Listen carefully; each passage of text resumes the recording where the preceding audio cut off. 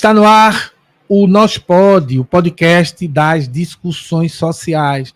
No episódio de hoje falaremos sobre colonialismo, cultura e modos de vida.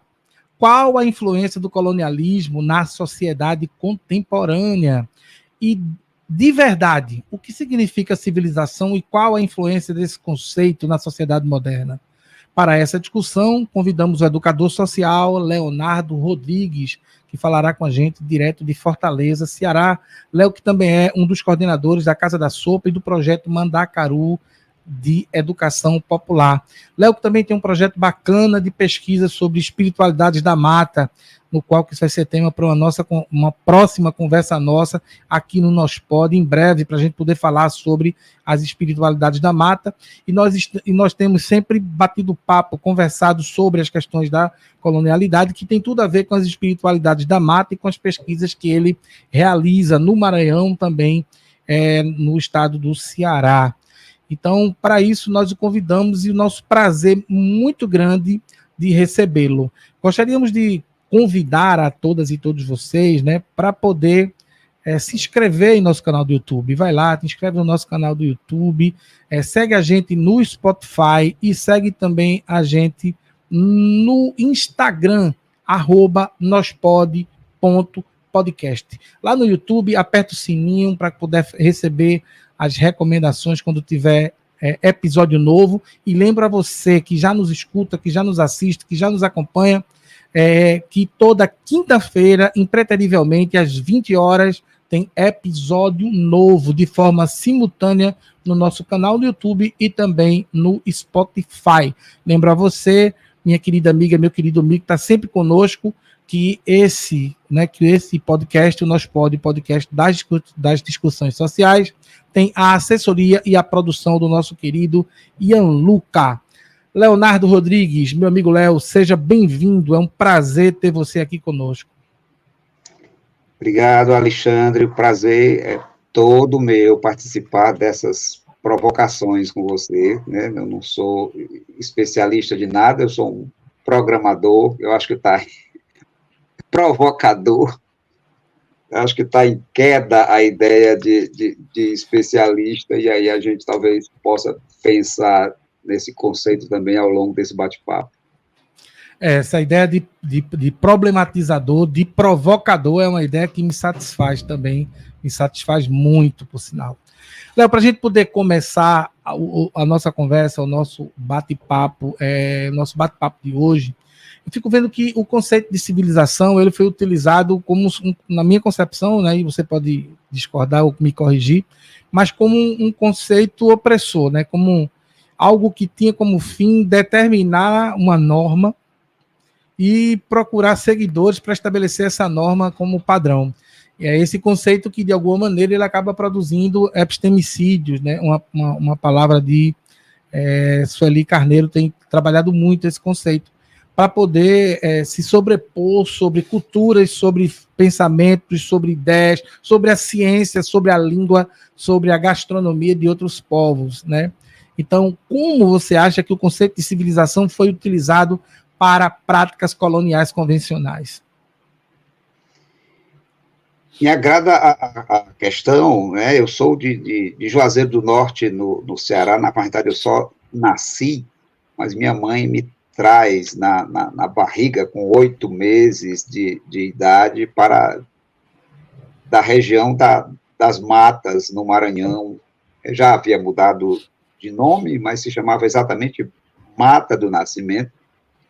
Então, eu tenho uma vida impactada entre a cultura, o caldeirão cultural, que é Juazeiro do Norte, na região do Cariri, né? E essa grande experiência, né, numa microcidade que depois vai crescendo, né, que depois vai alterando e vai sofrendo o impacto de tudo que a gente tem chamado de civilização e de cidade. Então, eu diria que a opressão disso, né, desse conceito e desse modo de se operar, que a gente chama civilização, ela começa com um modelo de opressão a todas as outras formas de vida que não sejam humanas. Então, ela altera o meio, né? Ela não dá espaço a nenhuma, toda outra forma de vida se torna hostil, e aquele espaço que antes, né, numa pequena comunidade, numa comunidade rural, era compartilhado com animais, com plantas, com rio, ele passa a ser o espaço privilegiado daquilo que a gente tem chamado de humano.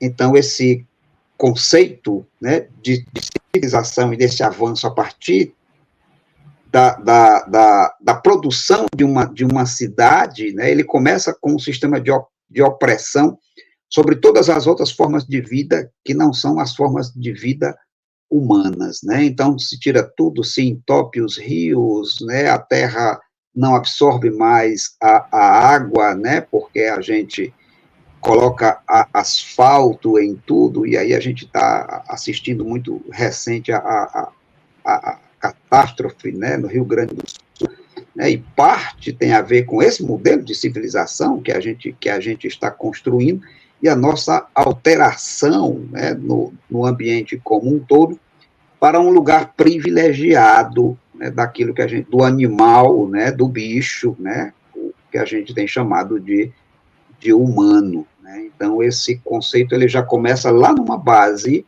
né, a manipular, né, e oprimir toda a forma de vida que não seja humana. Né? Nego Bispo, que a gente vai trazendo um pouco aqui, né, ao longo desse bate-papo, vai chamar isso de cosmofobia. Então, o humano, né, que constrói essa cidade, né, ele tem um problema grave, né? Ele tem um problema grave de cosmofobia, ou seja, uma fobia a toda forma de vida que não seja ele mesmo. Né? Mas, no entanto, quando ele se estabelece, né, enquanto uma cidade, um território, e cria uma identidade, né, com a sua própria cultura, ele ultrapassa agora, né, eu vou ousar dizer, né, a cultura animal, a cultura vegetal, a cultura dos rios, porque nós estamos revendo o conceito de cultura como algo especificamente do humano, né, e entendendo que cultura e natureza, na verdade, são a mesma coisa, né? Então, a gente ultrapassa a barreira cultural da mata, estabelece um tipo de cultura daquela cidade, daquele território, e, a partir daí, não é suficiente a gente oprimir mais a mata. A gente passa a oprimir outros seres humanos igual a nós, que a gente julga diferente, e que aquele espaço territorial já não é suficiente para a nossa cultura, para nosso estilo de vida, então a gente vai oprimir outros povos, dominar outros territórios para aquilo que a gente julgou, né, que é muito bom para nós, prevaleça e se estenda ao longo dos territórios que a gente vai conquistando. Assim a gente fez, né, com o modelo que a gente chamou de civilização, e tem feito. Isso que você me fala, eu falei aqui, eu vou falar de novo desse livro, mas em Pedagogia do Ebó, eu me lembrei de uma coisa de Beatriz Moura, que a gente entrevistou ela aqui, foi uma conversa muito bacana. Eu me lembro de um papo dela com Macota Kodoyali, que é uma mãe de santo, que é de um quilombo urbano lá de Minas Gerais, e que ela está falando disso, nessa questão de território, que é uma questão que tem uma prevalência muito grande para a gente poder discutir civilização, né?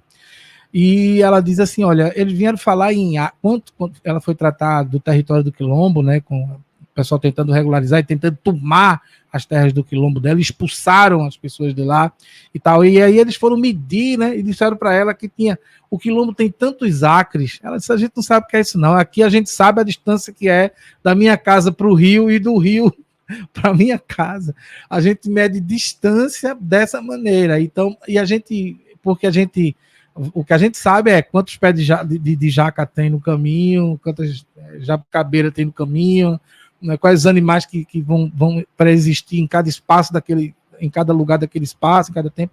Então, isso para nós é uma coisa muito importante que você fala, porque coloca em choque já que o tema de hoje ele fala em modos de vida, né, uma coisa que o Nego Bispo também trata, né, sobre modos de vida, isso também starta em mim essa preocupação de que modos de vida são importantes para a gente poder redimensionar o que está acontecendo com o Rio Grande do Sul, por exemplo, com a calamidade que está acontecendo no Rio Grande do Sul.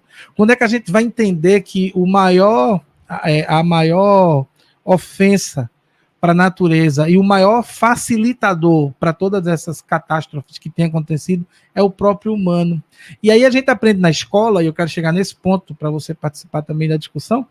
A gente chega na escola e a gente aprende que o homem é o número 1 da escala lá dos animais. Ele está lá no topo, porque ele é o único racional. O quanto isso influencia, Léo, quando essas crianças saem das escolas e a gente vira jovem, vai para as academias, o quanto isso influencia, por exemplo, na produção da ciência, por exemplo. O quanto esse olhar de austeridade, de autoridade do homem, né, produz essa opressão civilizatória que muda o conceito de civilização e provoca tantas catástrofes como a gente tem visto hoje. Então, essa lógica, né, ela está baseada exatamente dessa relação que o homem é uma coisa e a natureza é outra, né? A natureza é o espaço de exploração do homem para o seu bem-estar. E ele está fora. Ele é outra coisa, né? Ele é esse troço racional, né, acima de todos os outros, né, que tem o direito exclusivo de explorar, né, para o seu bem-estar, todo aquilo que ele chama de natureza, que na verdade não é ele. Não é ele. E aí está a grande cilada, né, porque a vida está o tempo todo intrincada, né, há uma correlação contínua, um modelo de cooperação. Então, a gente é influenciado, de certo ponto, pelas teorias evolucionistas que dava relevância à competição e não à cooperação dentro do processo. Então, dentro desse aspecto de competição, né, vale a pena a gente que é mais inteligente estruturar todo o espaço para nós e que se dane as outras formas de vida.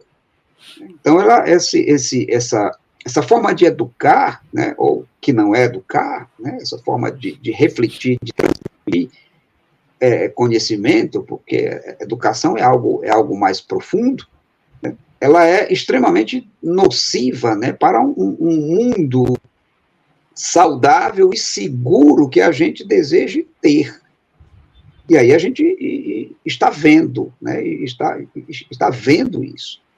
Eu refletia um pouco, né, sobre o risco, né, com cuidado, porque existem pessoas ali, muitas pessoas em sofrimento, mas como é que as comunidades ribeirinhas, né, da região do Amazônia sabem lidar com o fenômeno das cheias, porque eles não alteraram o seu entorno. Eles sabem que um momento ou outro, ou num ano, ou em 5 anos, ou em 10 anos, o rio volta a ocupar o seu espaço. Então, as casas são preparadas em espécies de palafitas. À medida que o rio vai subindo, eles vão subindo a casa por dentro. E vão subir o tanto que precise de acordo com a cheia. E assim eles vão fazer também com o gado, né, que vão criar um sistema de madeira, né, flutuante, e o curral também vai ser flutuante. E assim vão fazer com as galinhas, assim vão fazer com os porcos. Ou seja, a relação, né, com o rio, com o entorno está mantida.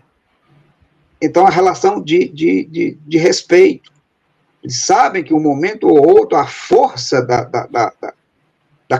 daquele cidadão, daquele ente, para falar numa linguagem dos povos originários, é muito maior do que tudo que a gente possa construir para barrar a sua força. Não dá. E seria um custo muito grande. Então, a nossa ousadia, e aí eu acho que não é ignorância, né, porque a gente tem ciência para isso, a gente tem ciência para saber, né, a força de um rio e que não se contém. A nossa prepotência, essa é a palavra que eu estava procurando, a nossa prepotência, apesar do conhecimento, não abre mão de um tipo de conforto, ainda que ele seja temporário. Então, a gente ousa enfrentar uma força natural dessa, né, de modo irresponsável, porque as informações estão aí, nós temos ciência para prever isso, e que isso é capaz de acontecer, e mesmo assim a gente o faz. Então é muito nocivo, a gente não sabe ainda construir cidades. Então, e se a gente não sabe construir cidades, né, correlacionada com quem ali estava, e ali com quem ali estava, eu digo árvores, bichos, né, e aves e rios, a gente não sabe fazer civilização. A gente está apanhando, e a gente está apanhando há muitos séculos, na verdade. Né? A gente está apanhando há muitos séculos. Então, é um conceito prepotente, esse ensinado, né? Como é que esse troço é racional e faz isso? Como é que o bicho não faz isso? Dito irracional. Como é que ele não faz uma extravagância dessa? Porque ele conhece muito bem o rio. Né? Uma formiga é capaz de prever uma chuva e se estruturar para ela, de modo que ela não se afogue, de construir túneis dentro da terra, o lugar para onde a água vai, de modo que a água entre e saia sem contaminar a sua criação. Estrutura galerias aonde aquela água, por máximo que vai ser, consegue entrar e sair e não atingir outras galerias aonde vai estar preservado toda a colônia. Então, como é que a gente está dizendo que a gente é racional? Esse bicho pequenininho faz isso com muita habilidade e a gente, com toda a estrutura, com todo o maquinário, com todo o pesquisa, não faz. Não sabe lidar com isso. Então, esse conceito desse ser racional acima dos outros é furado. Existe uma racionalidade em todos os elementos da natureza que a gente não conhece e apanha dela porque esqueceu o nosso lugar dentro desse sistema como um todo. Tem outra questão, veja, nós falamos desse conceito no sentido da interação com o todo, né, da impetração de uma vivência opressora sobre os outros seres viventes que não sejam ele mesmo, mas aí tem um outro viés que a gente precisa levar em consideração também, que é o processo de civilização sobre outros povos e outras culturas também de humanos. Veja, não é só um conceito arrogante para com a estrutura da natureza. Ou seja, o homem não é só arrogante com as plantas e com os animais irracionais. Ele é arrogante com relação a determinados nichos de humanos. A gente está vendo aí o que acontece na Palestina. Né? O massacre que acontece com o povo palestino. Então, você considerar que é justo alguém lhe atacar com mísseis e com armas sofisticadas, enquanto você ataca com pedra e com pau, né? Então, há também uma impetração desse sistema opressor, compelido pela percepção social, cultural, do que significa civilização, também do homem contra o próprio homem. Né? E isso é uma coisa... Fala um pouquinho sobre isso.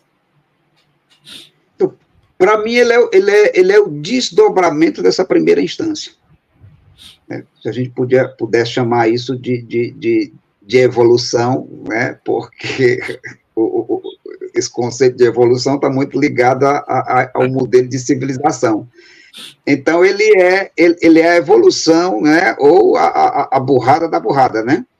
Então, ele começa o processo de diferenciação as estruturas da mata, né? Vou dizer da mata para não falar em natureza, porque nós somos natureza. Então, da selva, ele começa esse processo de diferenciação. Aquilo não sou eu sou diferente. E quando ele estabelece uma identidade de grupo, né, uma identidade de grupo, de território e de cultura, ele diz, então, agora eu sou isso, e aquele outro ser humano é outro troço diferente. Ele é outra coisa, e o que deve prevalecer é a minha cultura. A cultura está recheada do meu saber, do meu poder, da minha religião, da minha forma de vida, que deve prevalecer acima de todos os outros. Então, é a continuidade do processo de diferenciação. Eu sou diferente de você. Isso aqui, e às vezes é algo tão irracional para esse ser que se diz racional, que essa definição, às vezes, está apenas pelo lugar de nascimento. Eu acabei de dizer que eu venho de dois lugares, né, e muito distante, né? Então, eu digo, eu sou cearense e sou maranhense, né? E me identifico com isso, né? Com culturas que dialogam, mas em algum momento são diferentes. Mas eu vivi isso em termos pequenos, eu digo pequenos, para uma escala, né, de opressão civilizatória sobre um outro povo, já desse conflito de identidade, né? Então, no Maranhão, eu dizia que era cearense, eu sofria preconceito, né? Vindo para o Ceará com 15 anos de idade, dizendo que era do Maranhão, eu também sentia preconceito. Então, isso é muito interessante. Na verdade, eu era dos dois cantos, né? Tem um pintor, né, que diz assim, qualquer lugar é o meu país, né? Então, quando a gente faz essa diferenciação e fortalece essa cultura, e fortalece com estruturas de poder também, a gente se dá o direito de oprimir o outro ser humano, que nasceu num outro território, que tem uma outra cultura diferente. E assim a gente fez, né, com os grandes impérios, né? Vários impérios fizeram isso, né? Alexandre, né, fez isso, não, né, o outro, né, o macedônio. Né? Eu sou o pequeno, ele era o grande.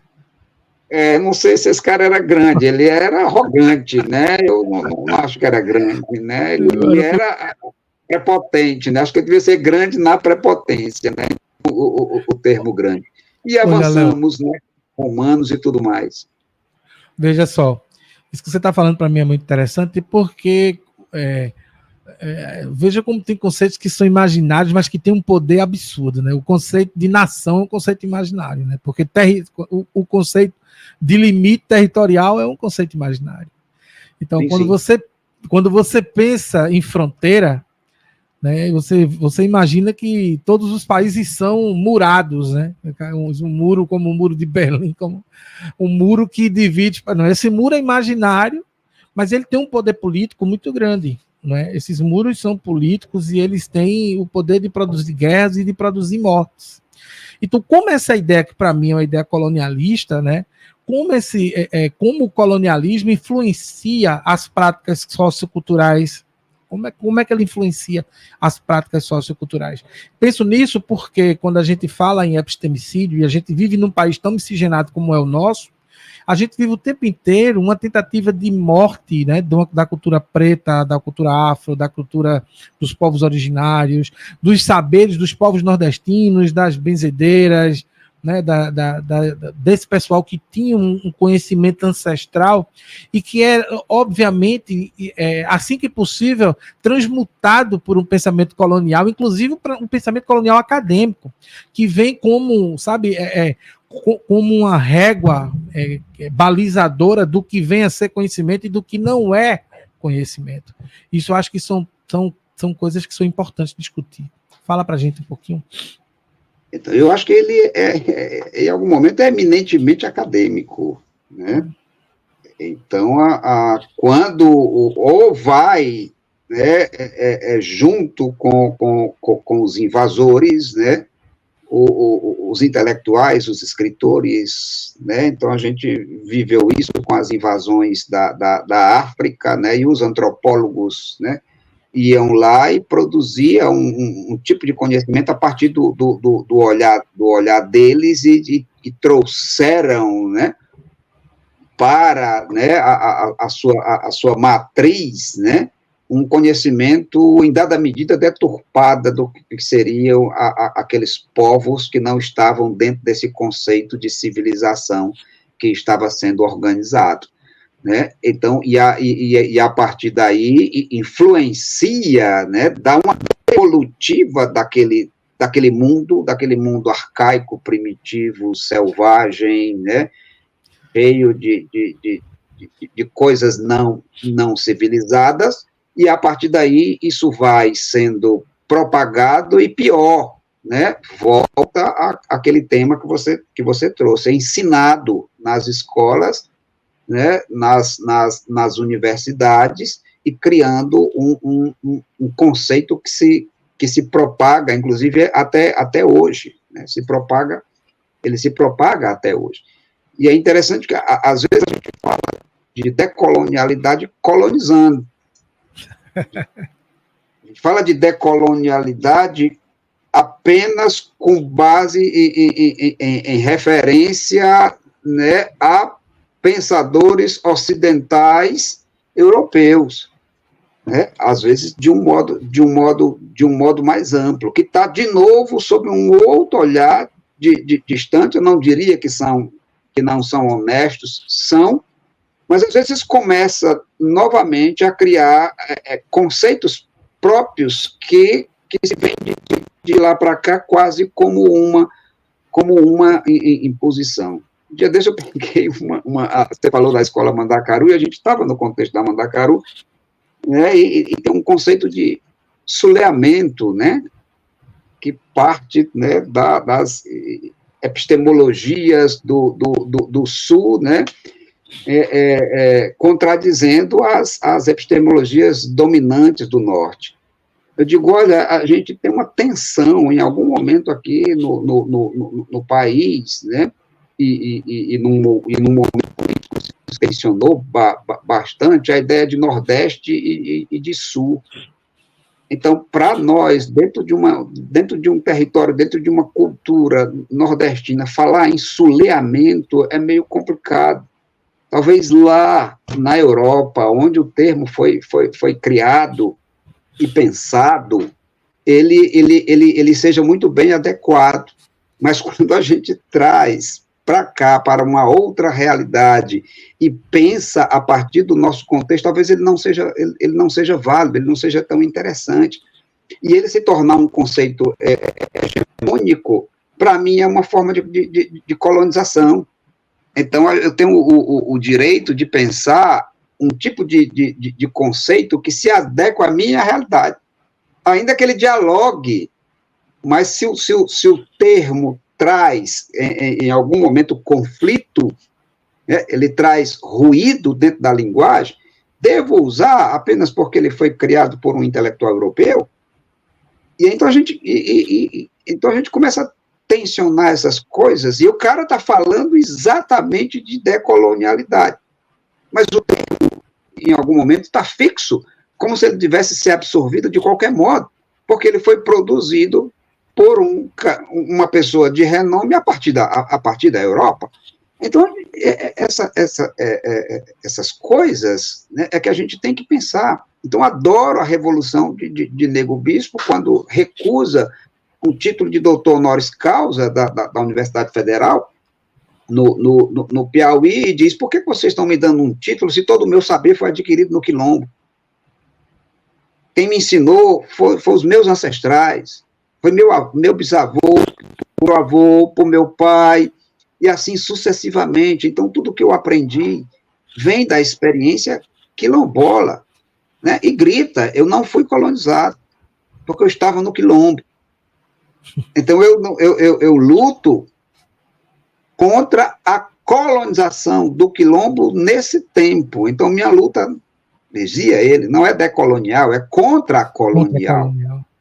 Então, é a respeito desse lugar. Então, por que você se diz uma autoridade para me dar um título de doutor a partir do seu lugar de saber, de produção de saber, quando, na verdade, eu nunca frequentei os bancos da universidade. Não foi lá que eu aprendi. Então, e a gente acha bacana isso, né? Esse processo de legitimação, da titulação, mas, no entanto, esse cara muito revolucionário questiona isso, porque isso vem de uma cultura que diz, eu atesto que o que você diz é verdade. Então você pode ser um doutor. Né? A partir daí você pode ser um doutor. A gente tem muita coisa dentro desse processo, né, que a gente precisa repensar. Então, e esse lugar, né, da ciência como a atestadora, das ciências, de um modo geral, como a atestadora das verdades, não dando conta das verdades descobertas sobre outros modos, eu diria também, de ciência, e aí eu chamaria das ciências da mata, né, das ciências das águas, né, das ciências que não estão nos bancos acadêmicos, que são tão quanto importantes. Né? Então, a gente precisa pensar a partir. Tem um africano que vai falar civilização dos pigmeus, e vai falar civilização da mata. E aí vai se contrapor agora aos argumentos de civilização como esse, como um lugar específico, e vai ampliar isso para outras formas de viver e de produzir conhecimento. Queria chegar aqui para vocês, falar para vocês que o NOSPOD, o podcast das discussões sociais, tem um oferecimento de Ferremig, serviços e equipamentos de soldagem, que fica na rua São Mateus, 645, Iputinga, aqui no bairro do Recife. O WhatsApp da Ferremig é 81 99976 1962. Repetindo para vocês, 81, código de área, 99976 1962. Então, material e equipamento de soldagem, manutenção, equipamentos novos, é só procurar lá Simônica e Ferreira. Marta, designer gráfico, identidade visual, logotipo, banner, material de divulgação, cartões, capa de livro, WhatsApp de Marta, 85, agora Fortaleza, 85988437109, 85988437109. E nós queríamos convidar vocês a se inscreverem em nosso canal do YouTube. Vai lá, se inscreve no nosso canal do YouTube, aperta o sininho, né, e compartilha o nosso conteúdo. E siga-nos no Spotify e também no Instagram. Nosso Instagram é @nospod.podcast. Nossos episódios são postados de maneira simultânea no canal do YouTube e também no Spotify, toda quinta-feira, às 20 horas. Então, toda quinta-feira você tem um encontro aí imperdível com o NOSPOD, o podcast das discussões sociais. E a nossa produção e assessoria é feita por Ian Luca. Então, o nosso tema de hoje, voltando para ele, é colonialismo, culturas e modos de vida. E a pessoa que está conversando conosco hoje, o nosso convidado, é o nosso querido Leonardo Rodrigues, lá de Fortaleza, Ceará. Dando continuidade aqui ao nosso bate-papo, a nossa conversa com o Léo, né, nós queríamos saber como o colonialismo impactou as culturas e os modos de vida. Porque vejamos nós, chegamos lá, os caras chegaram aqui, invadiram o Brasil, achavam que tudo que os índios faziam era errado, né, os povos originários, os povos indígenas, e começaram a impetrar sobre essa cultura a sua própria cultura. E isso tem uma repercussão nos modos de vida até os dias de hoje, não é? Meu querido Leonardo, me diga aí, por favor, como o colonialismo impactou as culturas e os modos de vida? Ele impacta, né, explorando, né, digamos assim, aquilo que ele achava que poderia ser benéfico ao seu próprio povo, ou seja, se apropriando, né, inclusive de determinados saberes, né, para si, e, ao mesmo tempo, sufocando aquilo que se achava que seria nocivo, né, que contaminaria, digamos assim, a sua cultura. E esse modo, né, de sufocamento, ele é muito mais específico, né, sobre a religiosidade, a espiritualidade, né, dos povos que ali se encontravam, né?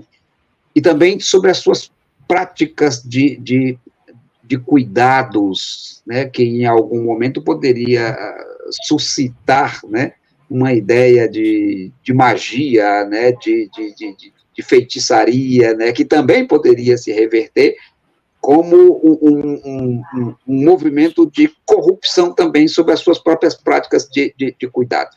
Principalmente se essas práticas de cuidado forem pagas, né, se elas forem caras, né, e aí há uma ameaça também à exploração do seu saber, e um saber, né, que de algum modo que aqueles povos poderiam ter que com menos custo ou gratuito, né? Então, o colonialismo vai explorando e vai sufocando, geralmente explorando os recursos naturais, né, dos territórios, né, dos povos colonizados, né?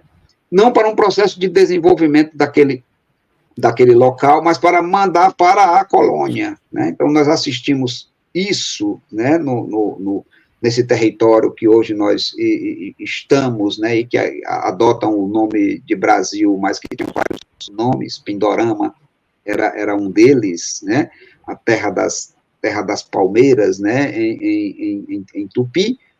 Então, se chega aqui, esses povos estão ali com um saber, com uma cultura de cuidado, uma cultura de relação, de produção, eu diria também com um modelo de ciência, né?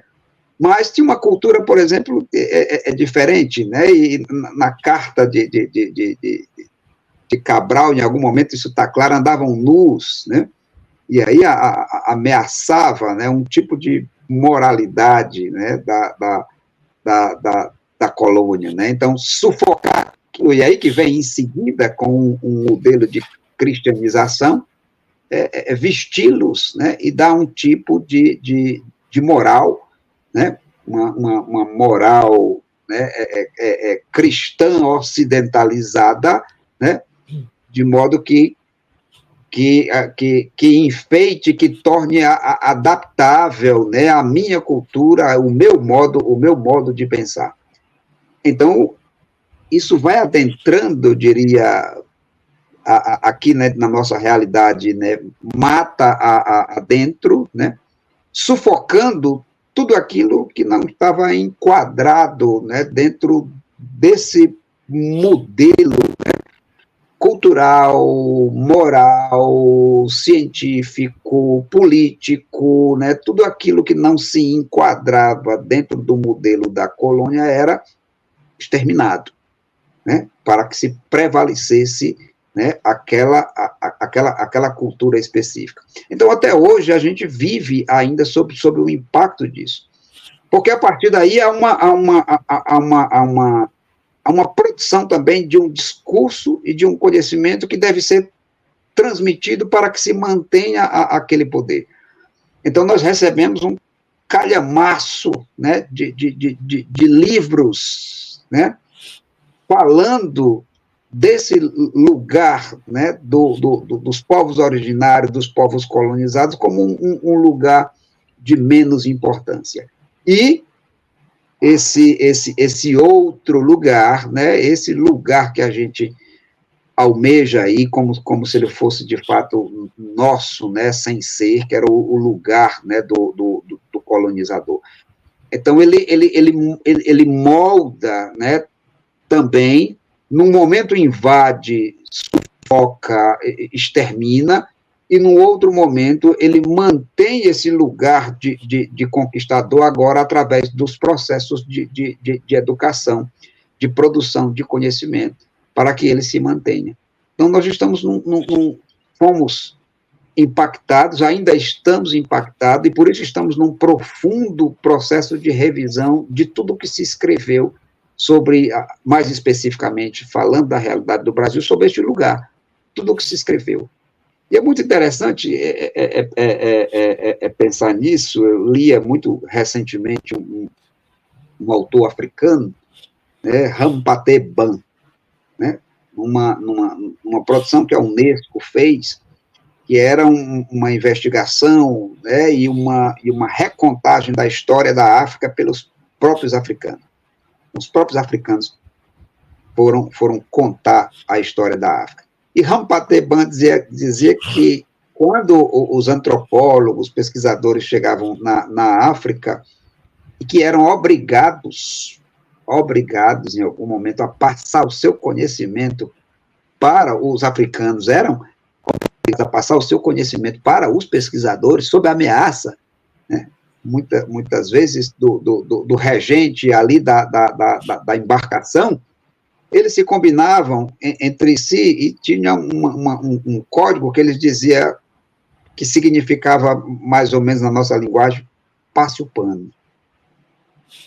Ou seja, eles não passavam o conhecimento todo, diziam o que o cara queria ouvir, e ele voltava para a colônia crente de que tinha abafado e explorado aquela cultura que estava com todo o conhecimento. E, na verdade, né, eles não passavam todo o conhecimento, não passavam todo o saber.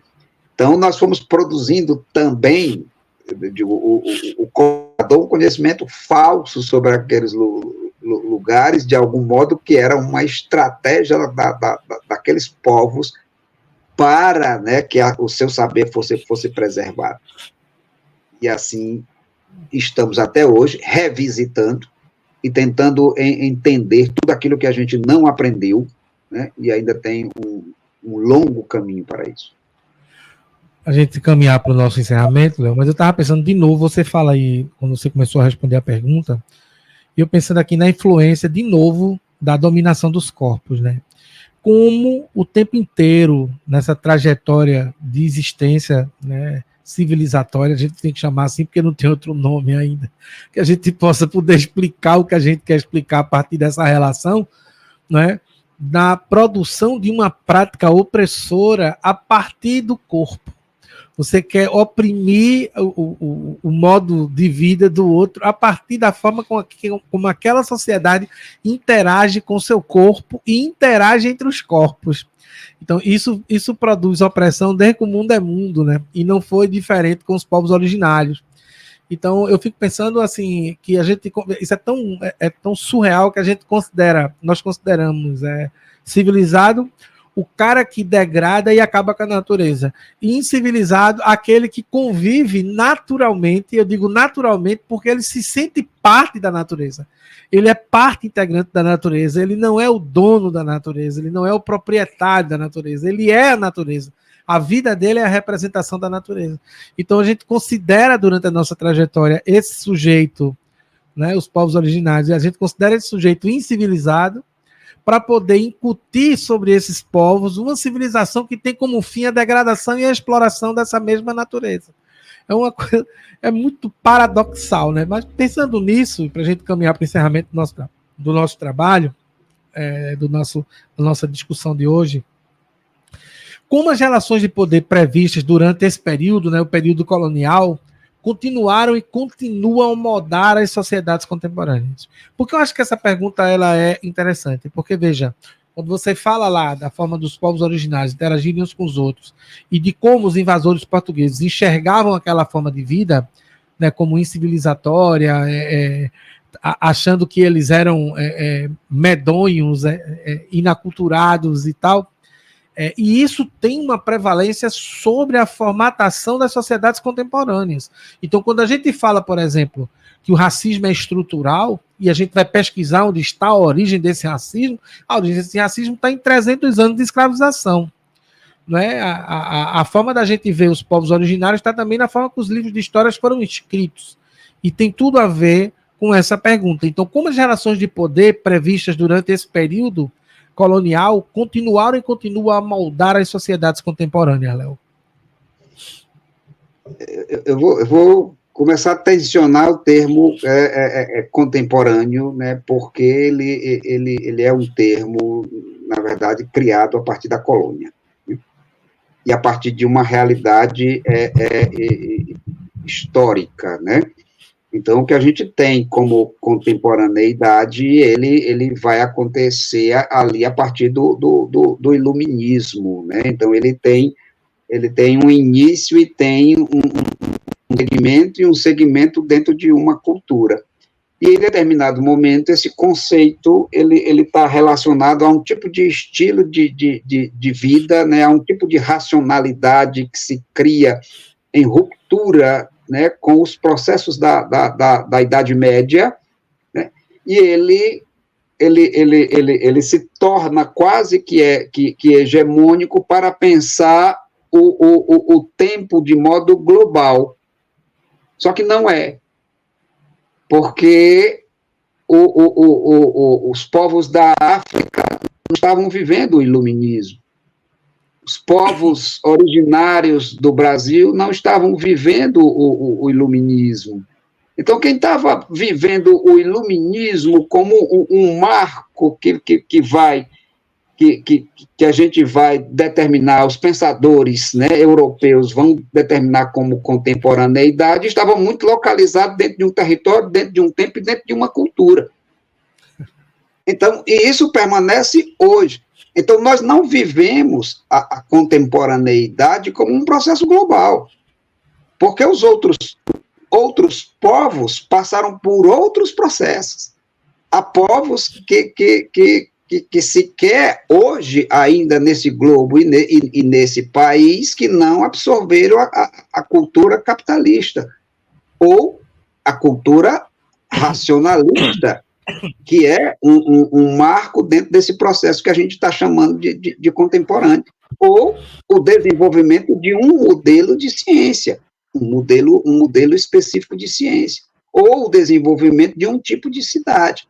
Então, nós temos povos, né, ainda hoje espalhados nesse globo, que não viveram esse processo. Então, eu ousaria dizer que eles não vivem a contemporaneidade. Eles vivem outro tempo, eles vivem outra relação, inclusive, com o tempo, e não vivem. Então, ele não é um conceito, né, hegemônico global, a não ser que a gente queira continuar, né, colonizando, né, e exportando os termos que a gente cria e que tem um período histórico dentro de um povo e exportar para fora. Então, nós vivemos nos múltiplos tempos de acordo com o território, de acordo com a cultura, né? A contemporaneidade, em algum momento, é um recorte de um tipo de cultura que fez um recorte com outra e assim seguiu, né? Mas, né, esse processo, né, ele continua impactando, e aqui para nós, para a nossa realidade, porque nós estamos plenamente colonizados. Nós estamos plenamente colonizados. O impacto da colônia, né, sobre nós, sobre o nosso modo de vestir, né, esse não, porque esse aqui é um modo cearense, o botão é de... o botão é de coco, né? E aí, como eu sou muito rebelde, né? Eu vou rompendo, né? Mas é um padrão, como você diz, de corpo, é um padrão de vestimenta, né? A partir, né, de um olhar moral, né, de uma cultura sobre o que é válido, o que é ético, né, o que é adequado, de uma forma de apresentar o corpo no mundo.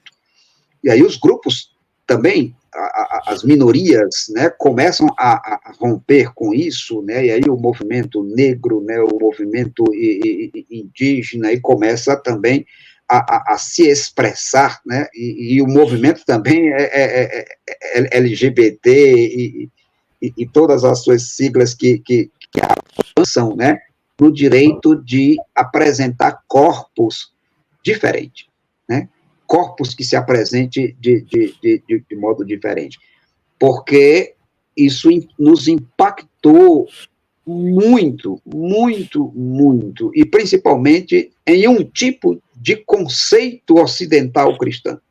E aí eu digo um tipo de conceito ocidental cristão, de um tipo de uma moralidade, né, que parece, né, que hoje, mais especificamente, vem revestida, né, também de lá, né, de uma moral rígida, né, da colônia, e que ainda tem predominância sobre o nosso país, né.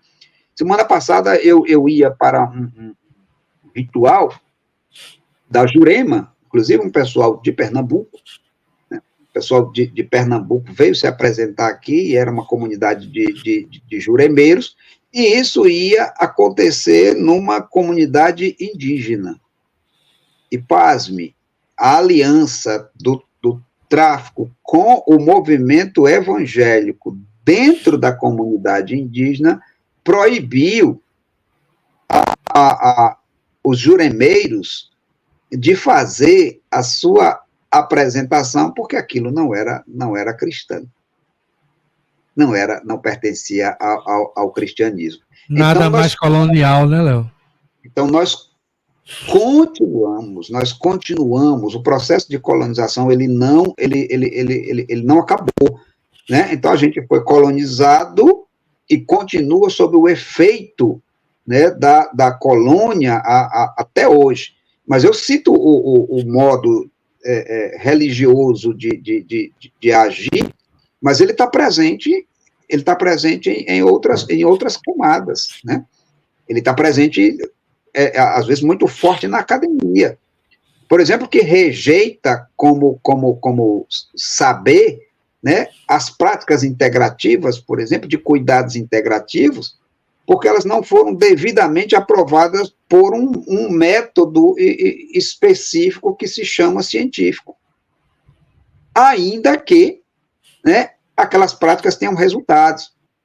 Então, muito recentemente, né, não sei qual foi o né, desaprovou como terapia, né, como conceito de terapia, algumas linhas de cuidados integrativos.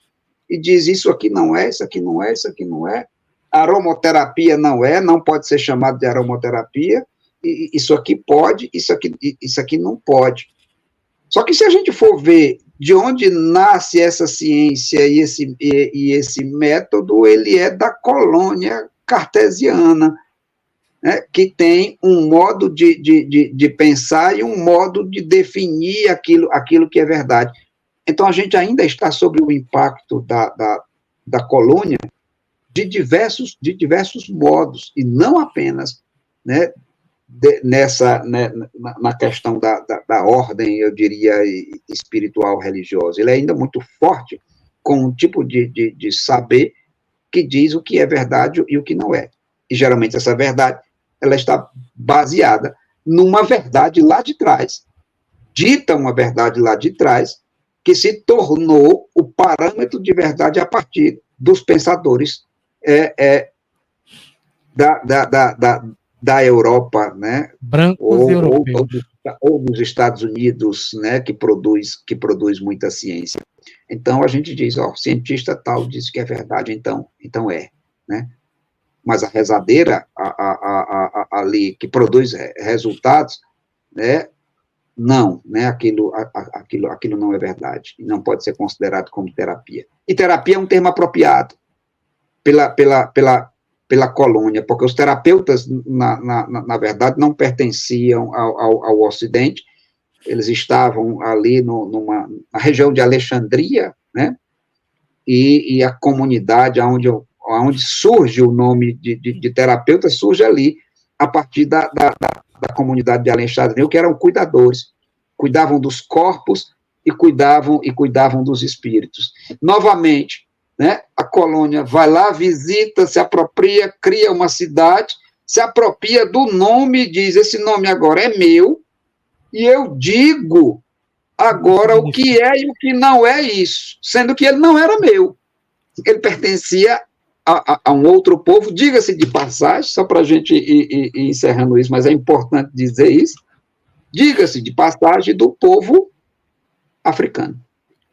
Porque outra discussão muito em voga, né, é porque a gente foi, enquanto civilização ocidental, para a África, né, e mais especificamente para o antigo Kemet, ou Kemet, né, que depois vai se chamar de Egito, em algum momento roubou toda a filosofia, a medicina, a matemática, a trigonometria, que já estava lá, leva, né, para a Grécia, que exporta para todo o Ocidente, e depois, né, diz que aquele povo era atrasado, que não tinha nada, que os africanos eram um povo sem saber, quando, na verdade, toda a base do nosso conhecimento filosófico, científico, da medicina, é um conhecimento que estava na região da África, mais especificamente no Kemet. Léo, a gente está chegando ao fim do nosso... eu estava pensando aqui, Nego Bispo, eu conversei isso com você, quando fala das punks, plantas alimentícias não convencionais, né? E ele diz assim, interessante, hoje eles chamam de punks, levam para a autogastronomia, cobram uma fortuna num prato e vieram pegar as plantas que a gente usava aqui no Quilombo. Então, esse sistema de apropriação, né, para a gente ir caminhando para o final, ele é comum e é uma prática colonial. Dom João, quando soube, né, da invasão do Brasil e mandaram buscar dinheiro para poder colonizar, ele não disse, toma aqui esse dinheiro, leva mais navio para lá e vai lá e planta e dá de comer ao povo e come junto com ele. Ele diz, vai lá e transforma todo mundo em crente da nossa fé. Então, essa parada aí é a que força todo o processo de colonização, que tem como fim a cristianização de um povo a ferro e fogo. Essa é a realidade do povo de Pindorama, é a realidade do povo brasileiro. Leonardo Rodrigues, o nosso encontro em apenas uma frase. Só uma frase? Desafiador sempre, meu amigo. Desafiador sempre. Pronto. E as tuas considerações finais, Léo? Então, nós temos um longo caminho ainda, né, para pensar o nosso conceito de cidades, né, de fato habitáveis, né, não só pelos humanos, né, mas por todos os não humanos, ou melhor dizendo, né, como diz Krenak, né, pelos outros humanos, né, pelos humanos árvores, pelos humanos rios, né, pelos humanos aves, né, então acho que é o desafio do que a gente está chamando de civilização, faz esse retorno desse processo originário de apropriação de um território como pertencente apenas a uma espécie, né, ele começa por aí, né, para uma inter-relação de harmonia, né, com todo o seu entorno, e depois ele avança, né,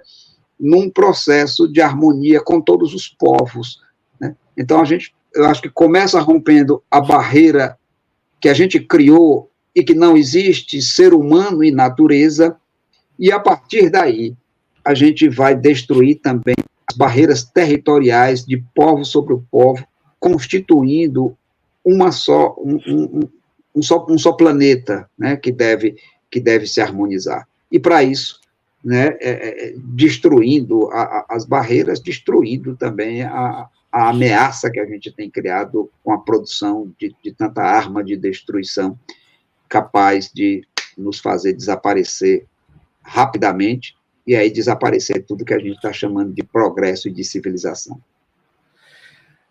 Este foi Leonardo Rodrigues. Inscreve-se lá em nosso canal do YouTube, segue a gente no Spotify e também no Instagram, que é @nospod.podcast. O Nospod tem o oferecimento, né, da Ferremig e também de Marta, designer gráfico, e tem a produção e assessoria do nosso queridíssimo Ian Luca, que está aqui na retaguarda fazendo o nosso trabalho. Esse foi Leonardo Rodrigues e esse foi o Nospod, o podcast das discussões sociais de hoje. Até o nosso próximo encontro.